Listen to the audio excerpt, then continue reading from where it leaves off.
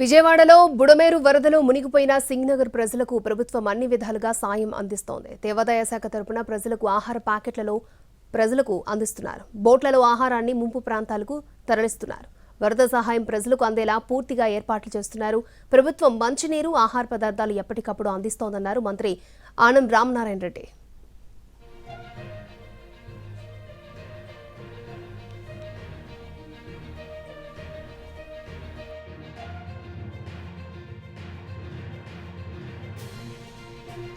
పలు శాఖలు వరద బాధితులకు సహాయం చేయాలి అంటున్న మంత్రి ఆనం రామనారాయణ రెడ్డితో మా ప్రతినిధి రామ్ ఫేస్ టు ఫేస్. వరద సహాయక చర్యల్లో మంత్రులు కంటిన్యూగా పాల్గొంటున్నారు. అయితే వస్తున్నటువంటి ఎవరైతే వరద బాధితులు ఉన్నారో వాళ్ళందరూ కూడా బయటకు వస్తున్నారు. వాళ్ళ ప్రదేశాల నుంచి బయటకు వస్తున్నటువంటి పరిస్థితి అయితే ఉంది. ఇళ్లపైన ఉండిపోయిన వాళ్ళు కొంతమంది ఉండిపోతే కొంతమందిని బోట్లలో తీసుకొస్తున్నారు. కొంతమందిని చెక్కలతో ఆ రకంగా తీసుకొచ్చి బయటకు తీసుకొస్తున్నటువంటి పరిస్థితి అయితే ఉంది. అయితే వాళ్ళందరూ బయటకు వస్తున్న వాళ్ళందరికీ కూడా వరద సహాయాన్ని అయితే దగ్గరుండే ఇటు మంత్రులు కానీ అధికారులు కానీ అందిస్తున్నటువంటి పరిస్థితి అయితే ఉంది.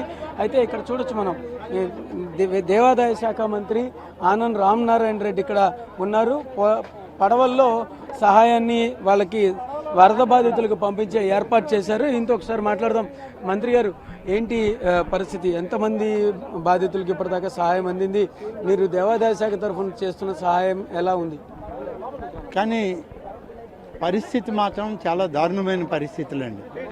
దీనిలో ఈ విపత్తుని ఎదుర్కోవడంలోనే ప్రతి ఒక్కరూ నిమగ్నం అవ్వాలే తప్ప ఎవరు చేస్తున్నారు ఎవరు అనేటువంటిది కాదు.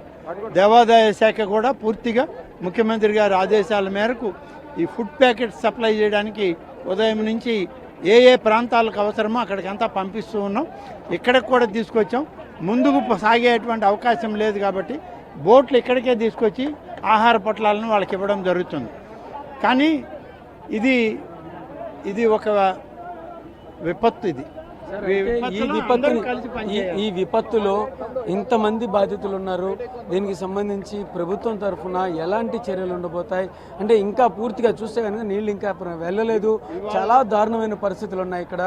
అంటే చాలా మంది కూడా లోపలికి ఇంకా బోట్లు రాలేదు, ఆహారం అందట్లేదు అని కూడా చెప్తున్నారు. దానికి కూడా ఏమైనా ఏర్పాట్లు చేస్తున్నారు? అన్నీ జరుగుతున్నాయండి. బోట్లు వస్తున్నాయి, కొన్ని బోట్లు బయట ఉన్నాయి. చూడండి, ఐఏఎస్ అధికారులు, ఎగ్జిక్యూటివ్ ఆఫీసర్లు అందరూ కూడా ఇవాళ ఆహార పొట్లాలు అందించడంలోనే నిమగ్నమై ఉన్నాం. విపత్తు అనేది చాలా తీవ్రంగా ఉంది.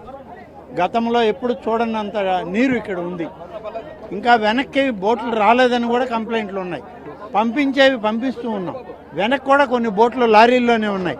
అవి ముందుకు రావడానికి కొన్ని వాహనాలు అడ్డం ఉన్నాయి. సరిచేసి ముందుకు తీసుకొచ్చి పంపే ప్రయత్నం చేస్తున్నాం. సార్, చాలా చోట్ల లోపల నుంచే కొంతమంది మెసేజ్లే పెడుతున్నారు. లోపల మంచినీళ్ళు అందట్లేదు, మంచినీళ్ళు లేవు అని చెప్తున్నారు. ఆహారంతో పాటు మంచినీళ్ళకి సంబంధించి ఎలాంటి ఏర్పాట్లు?